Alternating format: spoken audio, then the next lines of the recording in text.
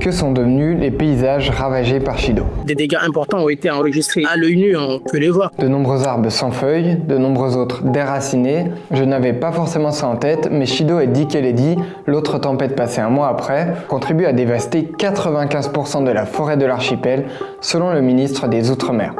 Les mangroves du nord de l'île auraient perdu plus de la moitié de leur végétation.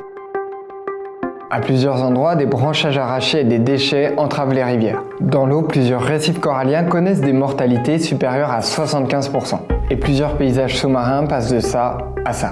Le cyclone, combiné aux effets préalables de blanchissement, a provoqué une mortalité moyenne de 66% des coraux et la surface des fonds marins recouverte de coraux vivants a diminué d'un tiers. Au fil des mois, des bénévoles et des organisations se mobilisent, par exemple en ramassant des déchets ou en plantant de jeunes pousses. Progressivement, une partie de la végétation commence à revenir. On peut le voir par exemple ici ou ici.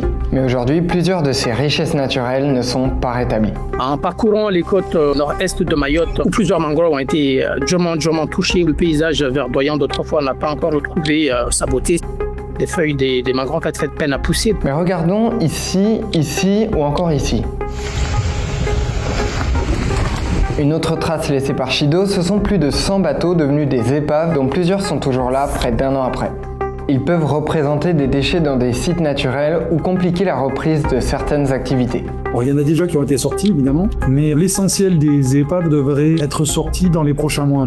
On va avoir un accompagnement de l'État là-dessus, notamment les épaves qui sont autour du port de plaisance de Mamoudzou. Nous permettra de commencer à rétablir les pontons de tout ce qui est activité économique de la mer, donc que ce soit les plaisanciers, que ce soit les pêcheurs,